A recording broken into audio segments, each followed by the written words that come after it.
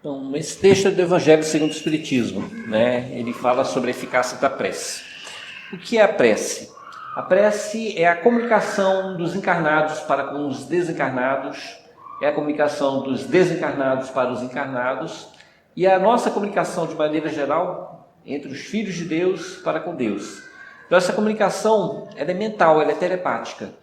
Então, Jesus nos aconselha, quando a gente for fazer uma prece, se isolar, se afastar de todo mundo. Ele faz alegoria, né? De entrar no quarto, trancar a porta e em segredo falar para Deus. E Deus que ouve em segredo vai nos conceder o que a gente pedir, porque Deus sabe tudo que nós precisamos. Então, em vista disso, muitos se questionam, mas para que eu vou pedir para Deus, fazer oração, pedir para Deus, se Ele sabe a minha necessidade, se Ele sabe a nossa necessidade?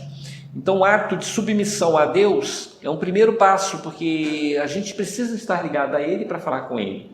E estando submisso à vontade dEle, a gente está dizendo para nós mesmos que nós não nos bastamos, que nós somos muito frágeis, que precisamos de uma força maior, que precisamos de um auxílio. E isso é uma realidade porque nós estamos encarnados no corpo físico e vivemos uma verdadeira tempestade. Tempestade é essa que a gente não controla. A gente não sabe o que os nossos filhos estão fazendo exatamente agora. Nós pensamos que nossos filhos estão em casa, mas pode ser que estejam na rua, pode ser que estejam em casa fazendo coisa que não presta, pode ser que esteja vivo, pode ser que estejam mortos, eu não sei. Nós estamos afastados dele. Nós não sabemos o que nos acontecerá amanhã, não sabemos quem virá nos cobrar, quem virá no futuro trazer uma recompensa para nós. Então, como a gente está no mundo conturbado, onde é uma verdadeira tempestade, porque tanta coisa acontece ao nosso redor, coisas boas e ruins, que a gente de vez em quando tem que parar e lembrar, existe um ser maior. Esse ser maior me fez, assim como fez meus irmãos em humanidade. Ele fez a todos nós, fez todas as coisas. Esse ser maior, que é Deus, que é o nosso Pai, Ele sabe exatamente o que a gente precisa, para que a gente possa suportar, vencer as provas da vida. Então, de tempos em tempos é necessário se isolar, se afastar de todos os problemas, de todas as preocupações, ir para um quarto e começar a conversar com Ele. Mesmo que tenhamos que invocar de novo esses problemas, essas preocupações, e colocar aos pés dele as nossas dúvidas, as nossas necessidades. Muitas vezes, quando a pessoa vai orar, ela só faz pedir. Pai, me ajuda a pagar essa conta. Pai, me cura meus filhos, cura minha saúde.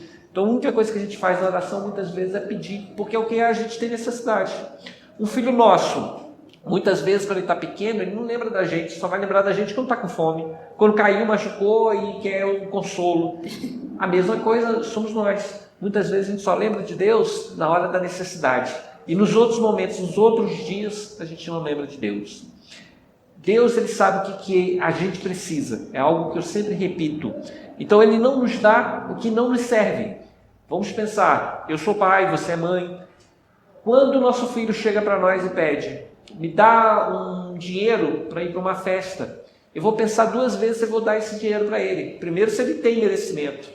Né? Ele tem merecimento para ir para essa festa, ele estudou direitinho, ele trabalhou, me ajudou em casa. Se ele não me ajudou, não trabalhou, não fez por merecer, eu não tenho a obrigação de dar recompensa para quem não colabora dentro de casa, quem me dá perturbação. Eu digo para ele, não, meu filho, você não está sendo honesto comigo, não está ajudando a nossa família, você não está merecendo esse dinheiro. Quando você merecer, eu vou pensar na situação. Aí vai chegar um dia que ele vai merecer, eu vou querer dar esse dinheiro, aí eu vou pensar de novo, mas será que é bom para ele? Meu filho, para quem, que festa é essa? Onde é que vai ser? Quem estará lá? Quem são as pessoas que estarão lá? Terá adulto? Vai ter bebida? E aí novamente eu vou avaliar, porque se eu ver que tem perigo, é na terceira casa da esquina, mas eu sei que naquela casa tem droga, eu não vou deixar meu filho ir para lá. Por mais que ele insista, eu vou falar melhor para você não ir para essa festa, vai ser prejudicial para você. E se eu tiver consciência, eu vou até falar, lá existe droga, lá existe esse problema e aquele problema. Para você ter segurança, eu prefiro ficar perto de você aqui em casa. Eu não quero que você vá para lá, ou se tiver de ir para lá, se insistir demais, eu vou com você. Se ele não quiser, então não vai. Ou vai comigo, ou não vai com ninguém. Né? Porque nós somos responsáveis por aqueles que nós amamos. E a mesma coisa a gente tem que pensar em Deus. Deus é responsável por nós. Deus deixa acontecer o que é necessário para a nossa evolução. Se a gente insistir muito, Ele pode até nos acompanhar, pode até olhar o que a gente está fazendo. mas Ele permite que aconteça coisas ruins com a gente para a nossa educação. Aí vamos perguntar, mas que pai bom é esse, né? Que deixa que eu sofra um acidente, que eu quebre a cara ali na frente, que eu seja traído, né? Que Deus bom é esse? Porque aqui a terra é uma ilusão. Nós pensamos que essa matéria, esse corpo nosso, ela é muito importante, que é o corpo verdadeiro. Mas na realidade nós temos um outro corpo, um corpo incorruptível. Nós temos uma outra vida, uma vida incorruptível, que é a vida espiritual. Então aqui na terra, enquanto estamos, nós estamos em um treinamento.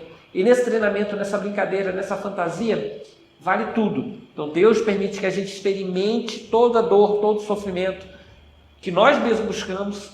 Se a gente for parar para pensar, muitas vezes, quem comeu demais é porque queria comer demais, aí vai ter dor de barriga no dia seguinte, né? Quem andou com o carro muito acelerado vai bater um dia. Pode ser que não aconteça nada grave, mas pelo menos uma batidinha vai ter, porque está indo contra a lei. Então aqui na Terra é permitido fazer de tudo, com consequências, boas ou ruins. E essa consequência é um aprendizado para nós. Então nós vamos tirar da vida esses aprendizados. Então Deus permite que aconteça o bom e o ruim, mas Ele dá aquilo que é necessário para nós. Então em prece a gente pode pedir de tudo, mas só vamos receber aquilo que for necessário para a nossa evolução. Se não for necessário para a nossa evolução, não vai vir. Tá? Então, podemos orar para Deus? Sim, podemos, devemos orar para Deus. Podemos orar para um santo? Claro que podemos.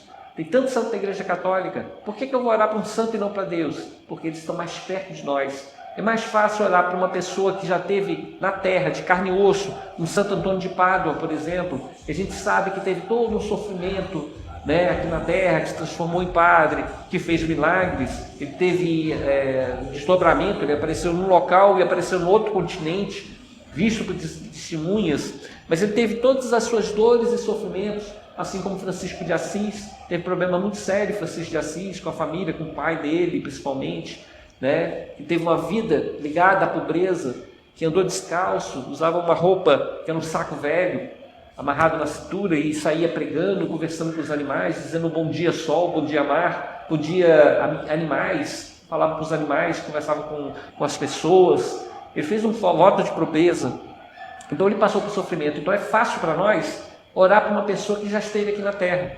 É fácil orar para Jesus, que a gente sabe que foi crucificado. É fácil orar para Maria, que foi a mãe de Jesus. A gente se identifica com ela, porque todos nós tivemos mãe. E muitas mulheres também são mães. E por serem mães, se identificam pelo sofrimento de Maria com os filhos dela. No caso, Maria com Jesus, com o sofrimento de Jesus. Então a gente pode orar sim por esses espíritos. Esses espíritos, às vezes, ouvem o nosso pensamento. Às vezes quem ouve são os espíritos ao nosso redor. Porque nós estamos acompanhados e cercados por uma nuvem de testemunhas. E quando Deus não pode ouvir diretamente nossa prece, pode um desses santos. Quando eles não podem, porque nós não temos sintonia com eles, somos muito terra-terra, pedimos coisa muito material, quem nos ouve, quem nos atende, são os espíritos familiares, amigos que estão no nosso redor. Então, quando a gente faz uma oração, os primeiros que ouvem são os mais pertos, ouvem os nossos pensamentos, são os mais pertos. Se nossa oração é boa, positiva, os espíritos bons e positivos nos escutam. Agora, olha só um absurdo que eu vou falar. Quando nossa oração é negativa, é uma maldição, os espíritos ruins ouvem essa nossa prece. E quem que faz uma prece de maldição? É aquela pessoa que começa a fazer a oração e pede para Deus castigar, para que Deus amaldiçoe a casa do ímpio. Então, toda aquela prece que na verdade é uma maldição, a gente pega pedindo castigo, punição, essa prece, quem ouve são os espíritos ruins. Existe prece desse jeito e pessoa que ora pedindo maldição. Então todas essas maldições, quem ouve, assim como as preces boas, são os espíritos ao nosso redor. Somente aquelas preces mais sinceras, desprendidas do interesse material, que não está pedindo pela saúde, não está pedindo pela comida, não está pedindo pelo carro, mas sim de repente pedindo a boa inspiração, a proteção para um filho, essas varam do céu. Sabemos o que pensamos saber, contudo é uma grande ilusão, manipulação de A mente. gente conversa, a gente pensa que não, mas nós estamos na verdade conversando, falando, e alguém está escutando. Senão os irmãozinhos perto da gente, os irmãozinhos superiores. E esses espíritos superiores a nós vão ouvir as nossas preces, vão ver a nossa necessidade. E quando não afetar a nossa vida, quando não for uma coisa muito ruim para nós, para a nossa evolução, muitas vezes eles concedem, mesmo que a gente não tenha merecimento. Tem hora que nosso filho insiste tanto em ganhar um brinquedo, ele não tem merecimento, mas a gente faz uma forcinha e dá um presente para ele, porque ele está pedindo muito, insistindo muito, né? Então, do mesmo jeito, às vezes a nossa prece, mesmo que a gente não tenha merecimento, a gente está pedindo com tanta insistência que aquilo que a gente está pedindo é concedido para nós. Se não tivermos merecimento mesmo, tudo que a gente pede perde. Então, para ficar com o que a gente pede, temos de ter o merecimento.